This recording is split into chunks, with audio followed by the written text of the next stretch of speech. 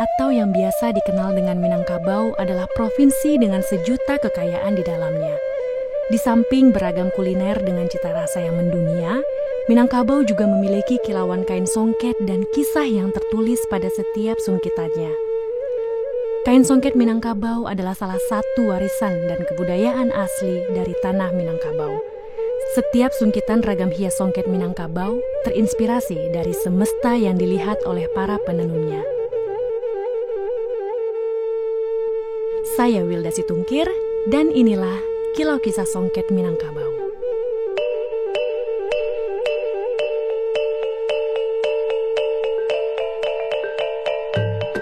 Rasa penasaran saya terhadap songket Minangkabau membawa saya ke daerah Pagaruyung, yang konon katanya merupakan salah satu lokasi penghasil songket tertua di Minangkabau. Istana Bahasa Pagaruyung ini sebenarnya dibangun waktu zaman Padri. Ya 1906, tapi sebenarnya lokasinya agak ke atas sih gitu kan. Terus mengalami kebakaran di tahun 66 direnovasi lagi. Pada zaman itu, tenunan dibuat untuk pakaian para raja. Jadi sejarah awalnya songket ini adalah pakaian untuk para raja. Para raja. Iya, jadi kalau dalam Tambo itu ada istilah sangkatakala. Sangkatakala itu bisa diartikan adalah jubah raja. Jubah raja di Pagaruyung ya ada benang-benang emasnya. Jadi memang songket itu artinya dari menyungkit benang emas di lembaran kain. Itu yang namanya songket.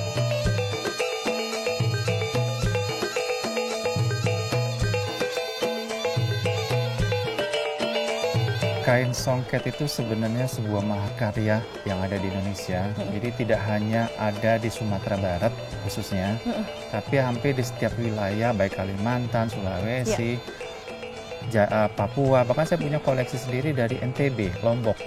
Koleksi songket dari Lombok gitu kan. Berbedanya apa? Kalau kita punya ciri khas yang lebih khusus gitu kalau di Minangkabau ini. Dan kita punya penyebaran kain songket itu hampir di seluruh nagari. Kalau di Sumatera Barat kita namanya nagari. Begitu. Jadi dulu banyak sentra-sentra industri songket di Sumatera Barat. Ya khususnya songket Minangkabau. Nah, kalau melihat zaman dulu itu kan adalah sebagai kebutuhan para raja-raja gitu ya.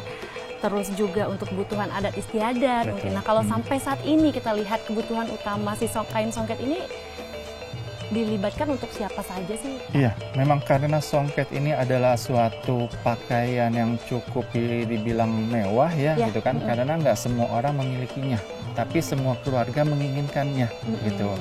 Tentunya tidak bisa sembarangan dipakai gitu. Jadi ada event-event atau kegiatan tertentu yang menggunakan songket seperti pengangkatan gelar datuk gitu, kemudian ini mama, kemudian pengantin gitu kan. Dari Istana Pagaruyung, saya memutuskan untuk pergi ke Museum Aditya Warman. Di museum ini, saya berusaha mencari arsip dan informasi mengenai sejarah songket Minangkabau. Songket adalah bahagian yang tidak bisa dipisahkan dari sejarah masa lampau bangsa kita. Bangsa yang waktu itu menghasilkan hasil-hasil pertanian, hasil hutan. Dulunya songket ini kan belum ada. Songket dibawa ke Indonesia oleh pedagang. Pedagang Gujarat, Persia, ya kan, India. Nah, itu dibawa ke Indonesia sebagai barter dari rempah-rempah tadi. Kain songket itu ada 3 macam. Songket balapa, balamba, dan batabue. Yang balapa adalah yang penuh. Seperti yang sana, itu penuh motifnya, itu namanya songket balapa. Jadi balapa itu bisa digantung seperti yang tadi. Ketika balamba, ada yang dijahitkan seperti kain koto gadang, dan ada yang ini juga sepertinya ditambah belakangan, dijahit. Jadi lamba itu adalah tambahan kain itu namanya. Itu lamba. Sampai merah berarti tambahan kain merah. Ini lamba sampai orange artinya tambahan kain orange gitu ya Bu ya. Betul. Sementara batabue adalah bertabur, motif tabur. Seperti yang di atas ini adalah motif tabur. Dari belamba tadi ada motif tabur. Kalau di Minangkabau itu sebenarnya daerah penenun itu sangat banyak. Hampir setiap kampung, negari dahulunya menenun.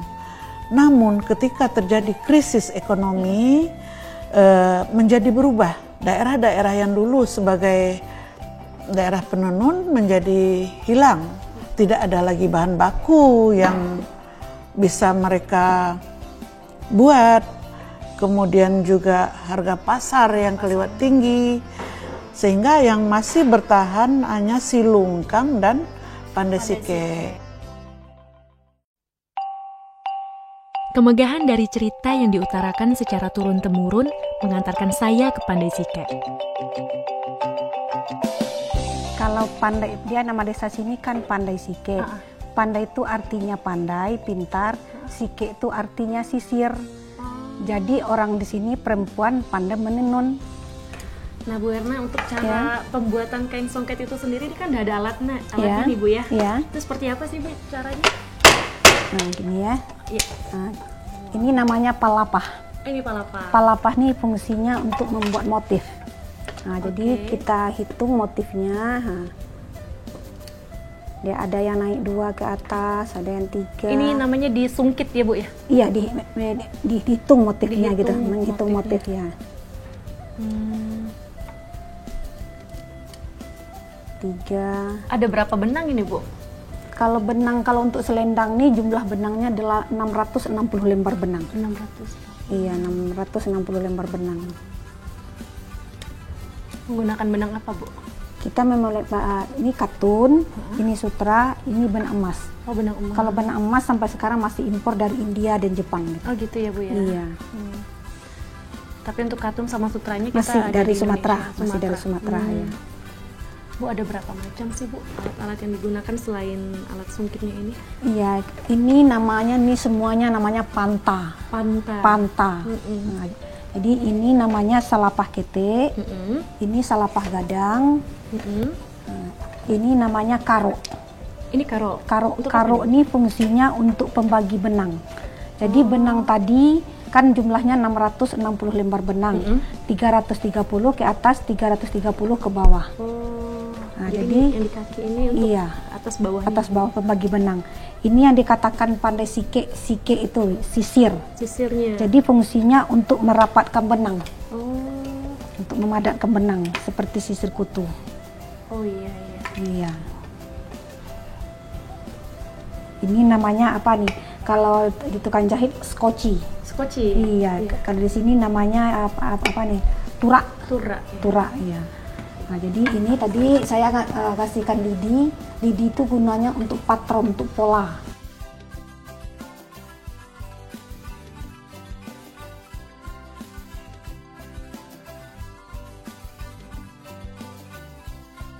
Dari sekian banyak nagari yang menghasilkan tenunan kain songket, Silungkang juga merupakan nagari yang masih bertahan. Ditenun menggunakan ATBM alias alat tenun bukan mesin, songket Silungkang juga eksis hingga ke luar negeri dan diakui UNESCO dari segi teknik pembuatannya. Kalau bisa dibilang turun-temurun, ini turun-temurun karena ini kan suatu kerajinan. Dan lagi orang Minangkabau itu perempuannya itu nggak suka istilahnya dilarang untuk keluar. Jadi kenapa orang Minangkabau itu rumahnya selalu berpanggung istilahnya di bawah kayak gini, itu rumah di atas. Jadi di bawah nih untuk para wanita atau para gadis-gadis menenun. Kalau untuk tenunan Silungkang itu identik dengan bikin motif tuh istilahnya pakai bantuannya, istilahnya etai. Etai itu ya kayak yang di belakang itu etai namanya.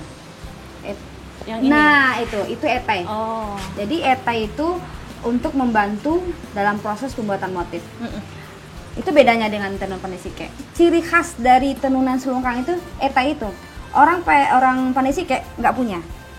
Dalam triknya, istilahnya dalam prakteknya, kalau orang pandai sike dia langsung memilih benang untuk jadi motif langsung dari tenun ini. Kayak gini misalnya. Nah, diambil. Ini udah proses sungkitnya ya, Bu? Yap, ini udah proses sungkitnya. Misalnya dihitung satu persatu, misalnya ini 3. nanti turun misalnya 2, nanti terbentuklah motif. Kalau orang Silungkang dia memerlukan itu etai dan terbentuklah yang seperti ini. Nah, ini jadi sudah terbentuk yang istilahnya ada yang bagian ke atas, ada bagian ke bawah.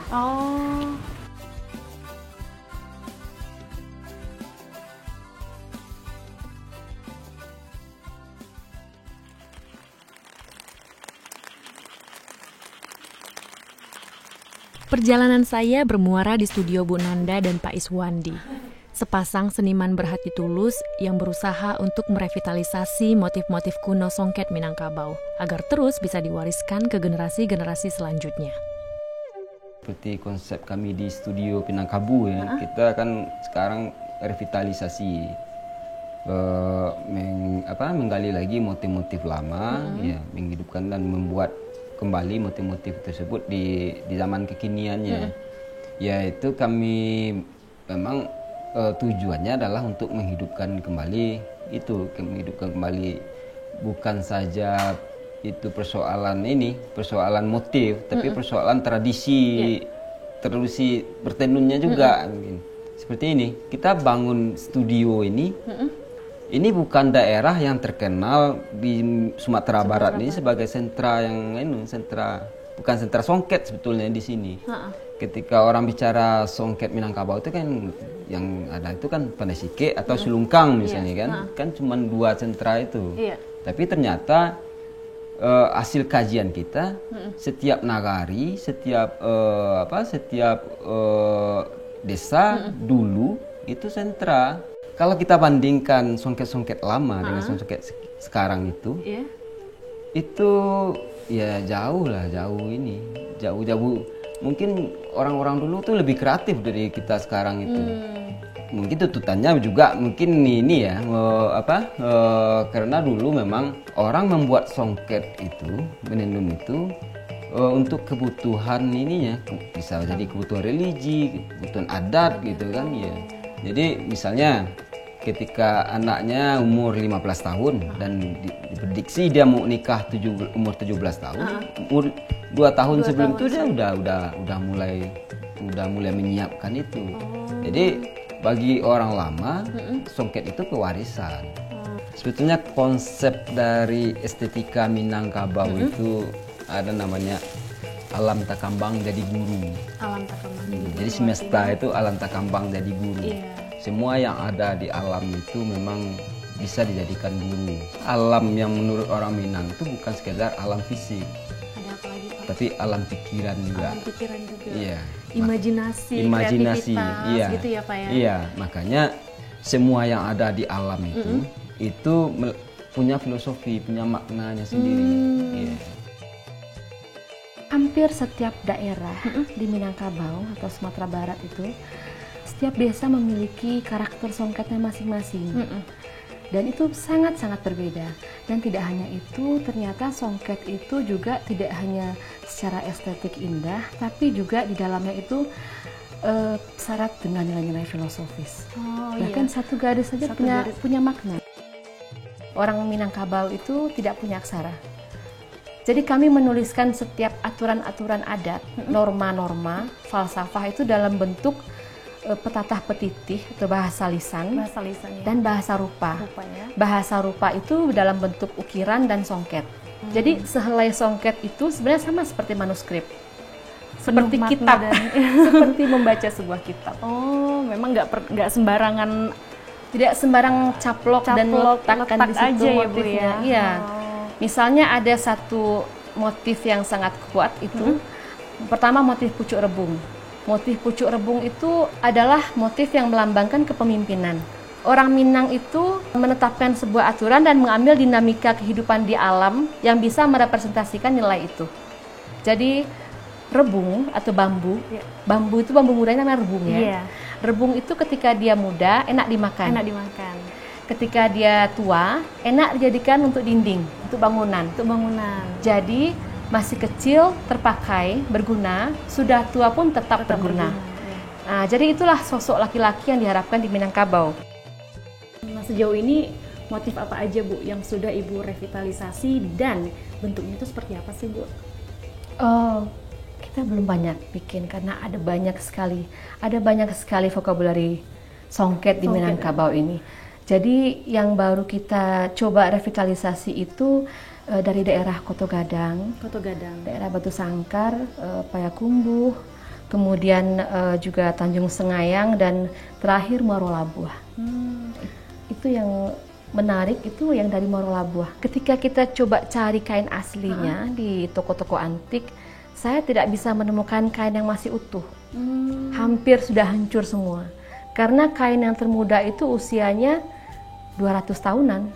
Itu pun sudah mulai rapuh sedikit. Itu sudah sangat rapuh. Wow. Tapi Ibu dan tim berusaha untuk merevitalisasi tadi ya? Iya betul, dan alhamdulillah kemudian saya diberi oleh salah seorang kenalan sebuah buku judulnya Floating Threads, itu oleh Yudi Akhyadi dan rekan-rekan, seorang kurator tekstil di Museum Tekstil Jakarta. Saya menemukan selendang Salempang Raju Muara Labuh itu. Itu gimana Bu? Jadi dari gambar di buku itu kami coba reka ulang lagi. Itu kan resolusinya sangat kecil itu ya. Iya. Jadi kita coba perbesar gambar di buku itu. Itu menggunakan apa Bu? Kita foto, kita scan, terus kita perbesar di komputer. Kita coba mereka lagi. Ini motifnya sebenarnya seperti apa gitu. Butuh waktu hampir 1 tahun buat saya untuk bisa membuat kain Muara Labuh itu.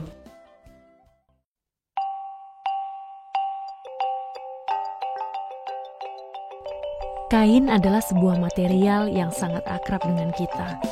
Selama ini kita hanya terbiasa mengenakan kain sebagai kebutuhan pokok tanpa mengetahui jerih payah dan kisah yang terangkai. Bagaimana setiap helai benang telah menempuh perjalanan yang panjang sebelum akhirnya melahirkan sebuah karya yang indah dan dicintai banyak orang.